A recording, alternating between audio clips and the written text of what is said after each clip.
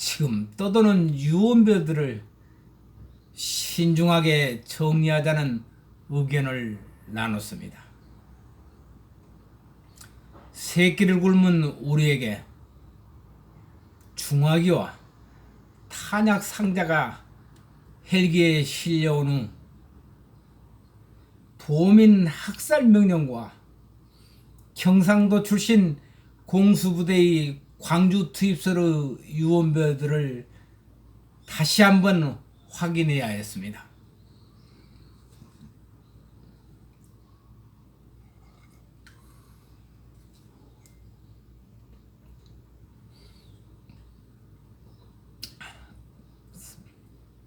설마 공수해준 중화기로 발포 명령이 떨어질까? 아니면 무기고에서 탈취당한 중화기를 보충해주는 의미일까?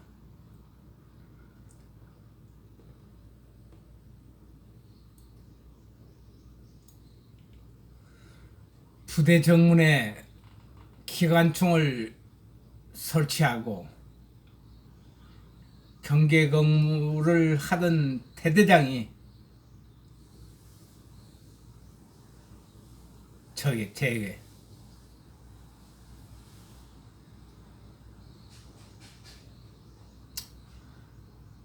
아무리 명령에 죽고 사는 군인이지만 저들이 쳐들어온다고 해도 발포할 수는 없지 않느냐. 더구나 학살 명령이란 유언비어의 진위도 믿을 수 없다며 제게 부대 철수 의사를 가만히 밝히기도 했습니다. 그의 판단 여부에 따라 60여 명의 병사들의 생사가 달려있기에 마지막 결정을 해야 될 순간이 되었던 것입니다. 그래서 생사와 관련된 사안을 어떻게 민간인인 내가 또 내 조언이 오히려 부담을 줄 것 같아서 나는 그의 결정에 따르기로 한 후 우선은 떠돌고 있는 유언비어에 대한 진위 여부를 파악한 후 부대 사수와 철수 문제를 결정하자고 제의했던 것입니다.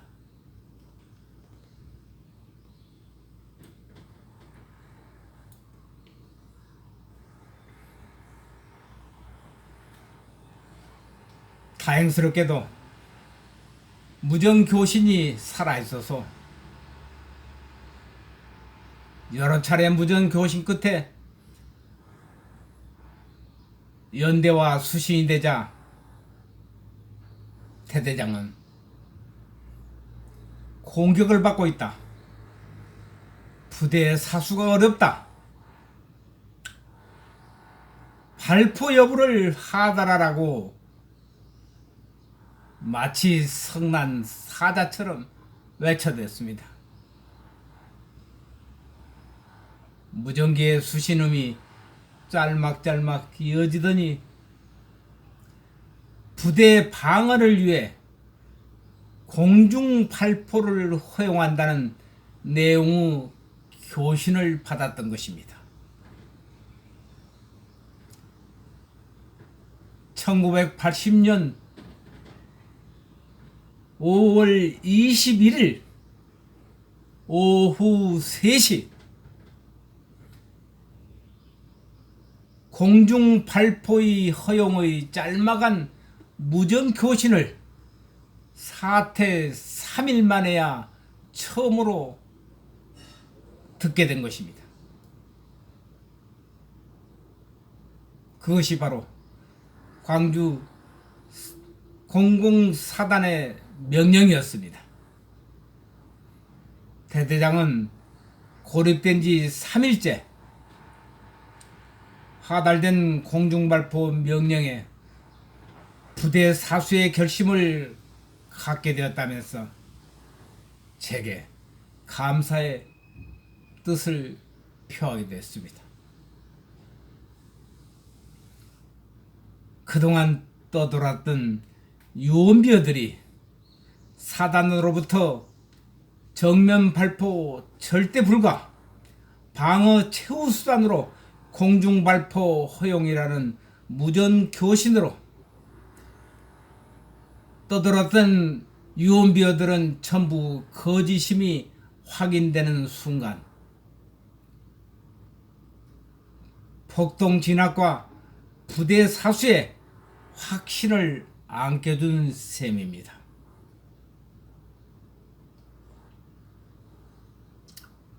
대대장은 부대 사수의 결심을 다지는 의미로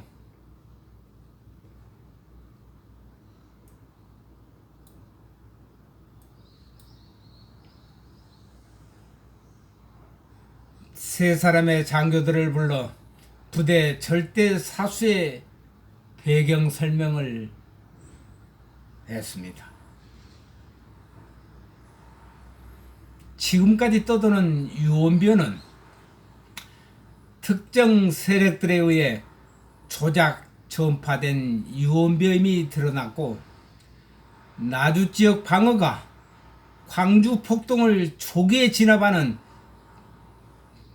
주요 지점임을 강조하면서 무전 교신 내용 정면 발포 절대 불가 명령을 부하들에게 지시한 것입니다.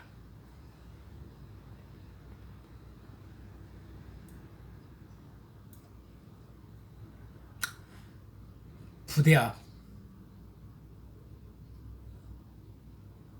500m 전방에 흥룡부락 앞에 송전탑 부근에 진을 치고 있던 무장 시대의 총성이 헬기 출현 후 잠잠해지고 웅성거리던 방위병과 예비군들의 사기가 되살아난 가운데 밤은 지나고 사태 4일째가 되는 22일 아침을 맞았습니다.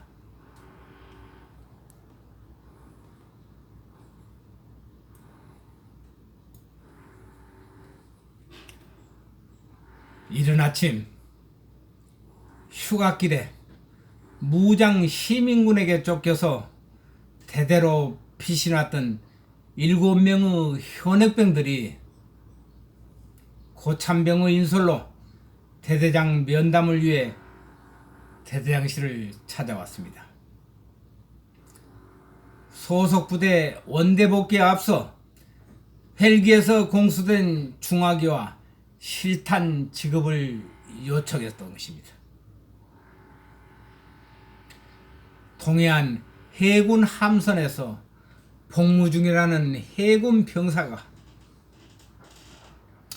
무기 지급을 허용해달라며 나를 대대장으로 알고 부동자세로 격려를 하고 있었습니다.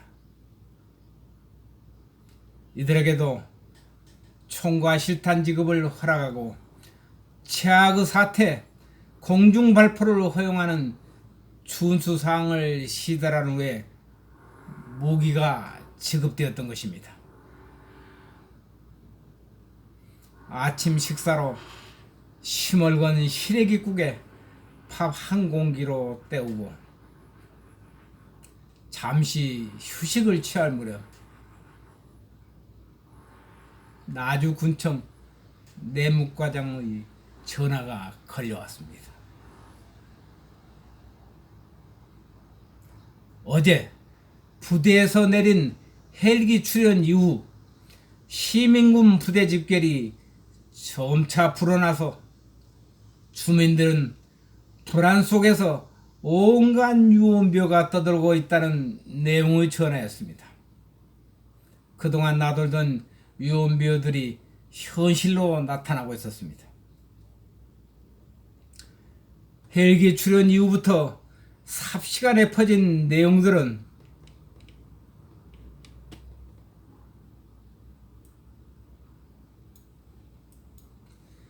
경상도 출신 공수부대가 광주에 이어 나주까지 진격을 했고, 이미 광주에서는 수만 명의 시민이 학살되었다.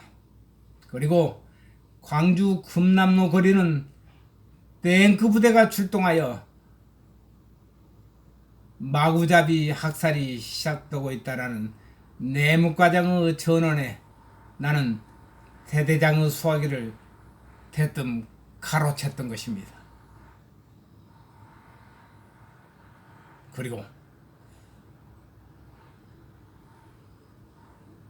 내무과장에게 군사 기밀 사항이지만 밤사이 300여 명의 개헌군이 공수되었다라는 허무맹랑한 거짓말을 한 후 통화를 끝냈습니다.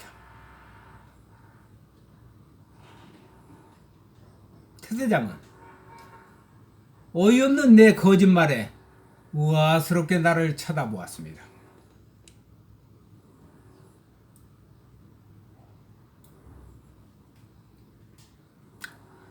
나는 내무과장과 대대장의 통화에서 밤사이 조작된 유언비어가 심상치 않음을 느껴 월남전에서 겪은 심리전이 떠올라서 이 같은 거짓 정보를 흘려보냈던 것입니다.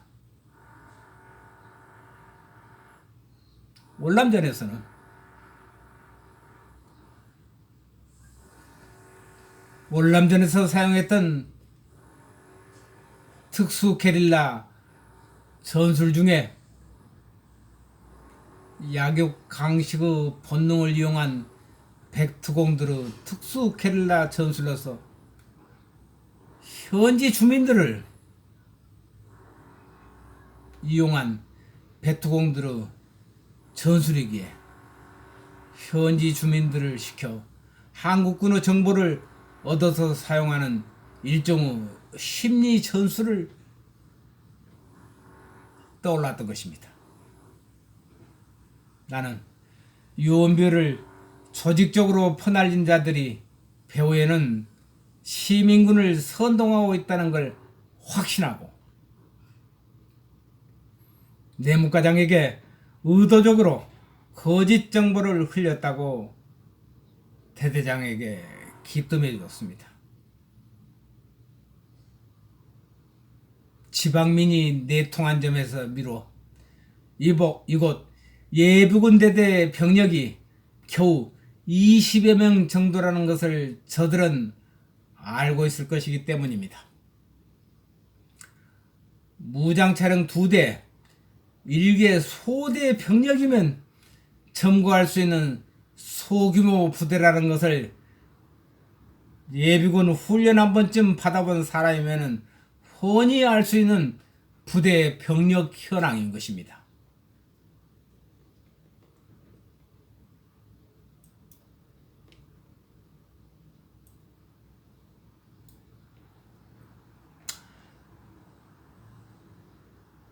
나는 이들의 기습 공격이 걱정이 되고 300명의 진압군이 나주 대대에 투입되었다며 그래서 거짓 정보를 흘려주었던 것입니다. 무장시대의 읍내 점거에 따라 공포와 불안 속에 떨고 있는 주민들을 안정시키려는 이유도 들어있었습니다. 300명 진압군 공수라는 거짓 정보를 읍내로 흘려보낸 지 2시간쯤 해질 무렵 예상 밖의 일이 벌어졌습니다. 진압군 공수 소식으로 무장 차량 10여 대가 광주 목포간 도로변에 있는 나주 천주교 앞으로 집결했다는 소식을 듣자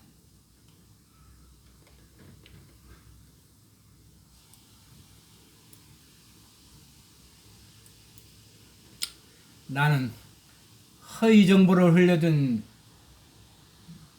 실책에 무장폭도 300여 명이 부대를 공격할 경우 이들의 공격으로 인해서 60명의 희생이 생긴다는 최악의 사태를 생각하니 눈앞이 캄캄해졌던 것입니다. 시민군을 자처한 폭도들이 부대 점거를 위해서 특공대와 기동 타격조까지 결성했다는 소식을 듣고부터 진압군 공수소를 퍼뜨린 내 실책에 전신에 경련이 일어났던 것입니다. 정소령이 냉수 한 컵을 권하면서 이건 형님 잘못이 아니오. 부대를 사수하기 위한 방법이니 자책하지 마시오. 라며 나를 위로해주고 있었던 것입니다.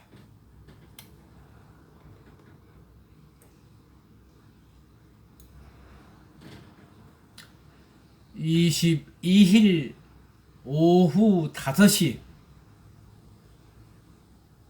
내무과장으로부터 뜻밖의 연락이 왔습니다. 겸군 공수 소식을 듣고 뜻있는 나주 은민들이 시위대를 설득하겠다며 수습 대책에 나섰다는 반가운 소식을 전해왔습니다. 그리고 이들과 협상을 하면 진압군의 읍내 진입을 유보해달라는 제안과 함께 무기를 자진반납한 시민군에게는 신변을 보장한다는 조건으로 이들을 설득하겠다고 말하고 있었습니다. 대대장이 흐뭇한 표정으로 주민 대표들이 부대에 올 경우는 300명 병력의 거짓이 들통나지 않겠느냐고 내게 물었습니다. 나는 60명의 병력을 300명으로 보이도록 위장하면 된다고 자신있게 말했던 것입니다. 우선 월남전에서 흔히 쓰는 위장술과 심리전을 병행키로 했던 것입니다.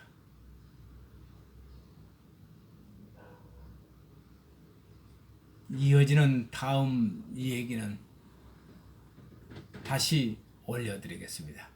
감사합니다.